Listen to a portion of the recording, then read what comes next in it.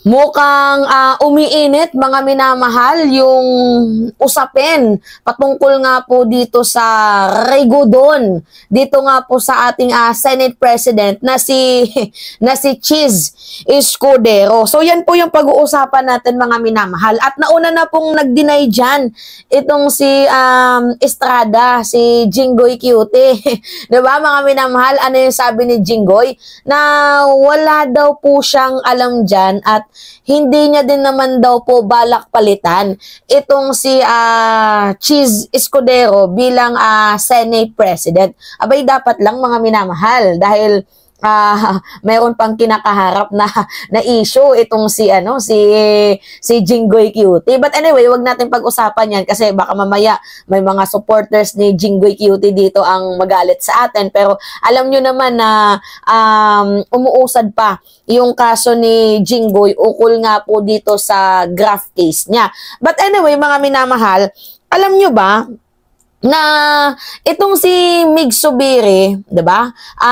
Natanggal at ipinalit itong si Chiz. 'Di ba? Alam niyo 'yan mga minamahal. Ganun din po yung nangyari. Denial. 'Di ba? Ang daming nag-deny na hindi totoo 'yan, wala 'yan. Tapos naging kampante itong si Senate President noon na si Miguel Zubiri. Nagpakampante siya hanggang sa malaman na lang ang balita na pinagkaisahan na pala siya. Tapos meron pa ngang isang senador mga minamahal na na iyak ng iyak, napatulo pa yung luha, niyakap pa, 'di ba?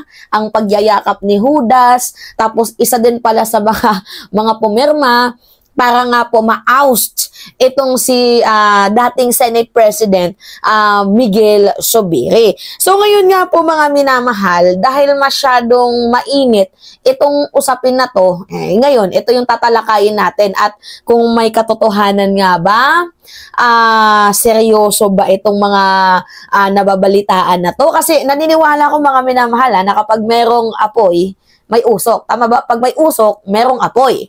Diba? So, naniniwala ko sa kasabihang yon. Pero, the one thing that I only assure is hindi aabot sa katapusan ng termino ni PBBM na si Chiz Escudero yung Senate President. Yan yung aking masisiguro. Dahil mapapalitan at mapapalitan din yan si Chiz. So, maybe sa ibang reason, pwede naman na hindi tama yung pamamalakad sa Senado, hinahayaan na maanuhin lang siya ng mga senador, 'di ba? Parang ina-under lang siya, ganyan. Madaming posibleng reason nga, mga minamahal, na itong si Senate President Chiz Escudero is pwedeng matanggal. Pero hindi pa ngayon, mga minamahal, dahil kakapasok pa lang bilang Senate President ni Chiz Escudero, tapos tatanggalin agad. Hindi mga minamahal.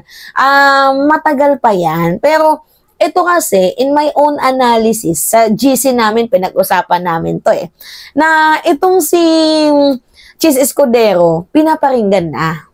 Pinaparinggan.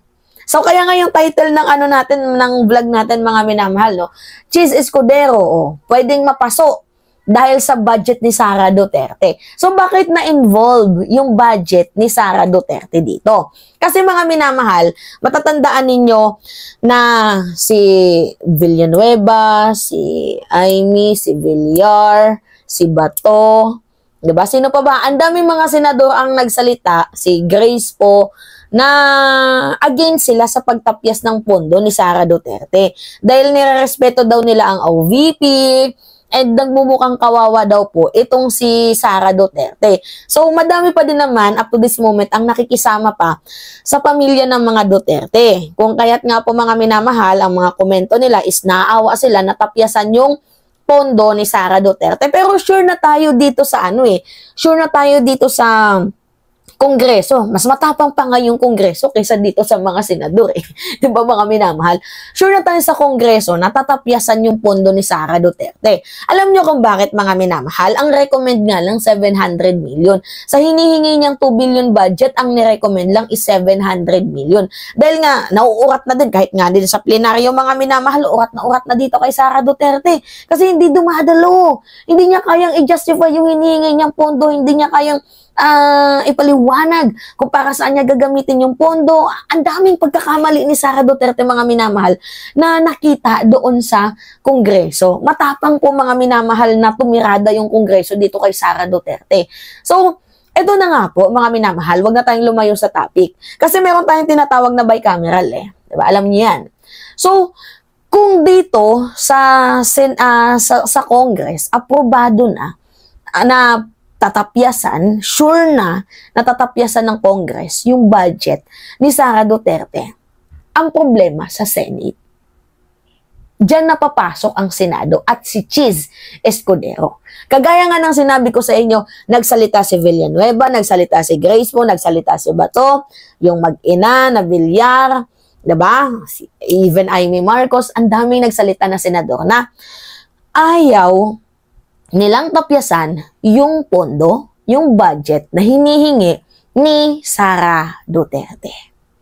So ngayon, mga minamahal, isa na po ito sa pagpaparinig na. Yan yung napag-usapan namin eh. Isa po ito sa posibleng pagpaparinig na kay Senate President Cheese Escudero. Alam nyo kung bakit? Noon natanggal si Zubiri dahil sabi niya nga, hindi ko kasi sinunod yung utos ng nasa taas. 'Di ba, mga minamahal? Hindi naman utos ng ating presidente yun yung utos ng nakararami. Kasi sobra-sobra na yung ginagawang kalapastangan ni Bato de la Rosa sa pulboronic issue na yan, kay Morales, pinagsalita si Morales, ganyan. Na chismis yun, 'di ba? Na hindi na dapat pinapatunan. Ang daming mga senador na ang nag-react doon. Na kesyo bakit pinapayagan, ganyan-ganyan. So hindi sumunod si Miguel Zubiri. Ang ginawa niya, hinayaan niya lang na i-undermine siya ng mga ibang senador na instead, siya yung may, may command. 'Di ba? Siya yung may command. Siya yung may power. Hindi niya ginawa, 'di ba? So ngayon, yun yung nangyari.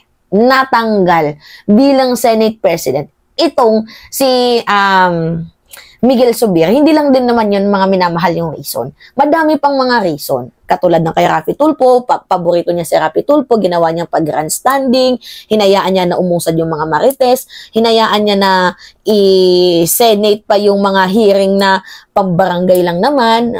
Speaking of sa yaya, sa katulong, diba? Ang dami pa. Ang dami pang ginawa, mga minamahal, ni Miguel Zubiri na hindi na talaga kaya-aya.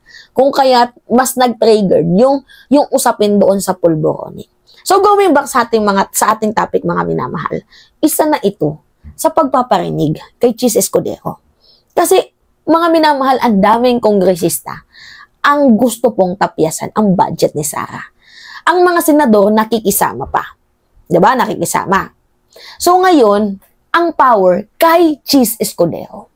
So kapag hinayaan ni Cheese Escudero yung mga sinasabi ng mga senador na yan, at hindi niya kayang, 'di ba, lumugar. Kasi parang ang nangyayari, ina-under lang itong si Cheese, 'di ba? Pag hindi niya kayang pagsabihan, hindi mo ba kayang pagsabihan yung mga senador mo na go na kami na tapyasan yung budget, tapos yung mga senador mo, ganyan, 'di ba? So na kay Cheese Escudero, yung kapalaran niya din in the future. Kasi mga minamahal, we can agree naman talaga na dapat tapyasan yung pondo ni Sara Duterte.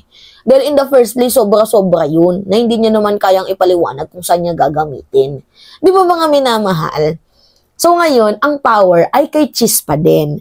Kung hahayaan niya lang na i-undermine siya ng mga senador niya, then maybe, baka sa sunod na buwan or taon, itong si Cheese ay pwedeng matanggal. Diba? At isa sa mga rason na yan is yung pag-approve dito sa budget ni Sara Duterte. Diba, mga minamahal? So, yun po yung analyzation ng aming grupo. Madami pa, mga minamahal. Ngayon, hindi pa natin pwedeng i-judge si Cheese kasi 4 months pa lang siya in the power. 4 na buwan pa lang.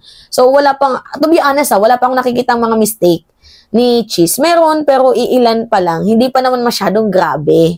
'Di ba? Hindi pa naman masyadong grabe, hindi pa naman masyadong malala. Ang punto lang natin dito, mga minamahal, is dito nasusubok yung kanyang tapang. Dito masusubok ang kanyang lakas. 'Di ba? So, tingnan natin.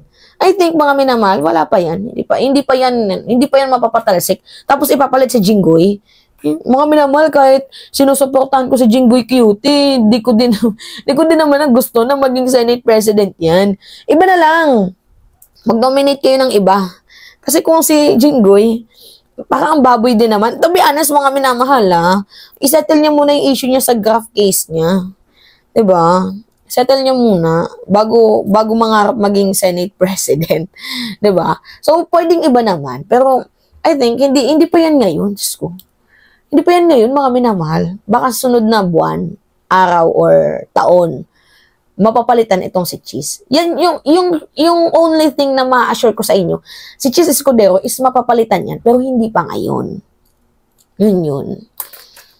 So, hamon to kay Cheese. So, anyway, yun po, mga minamahal. It's me again, si Mima Alicia nyo, at nagbabalik ulit para sa ating panibagong video.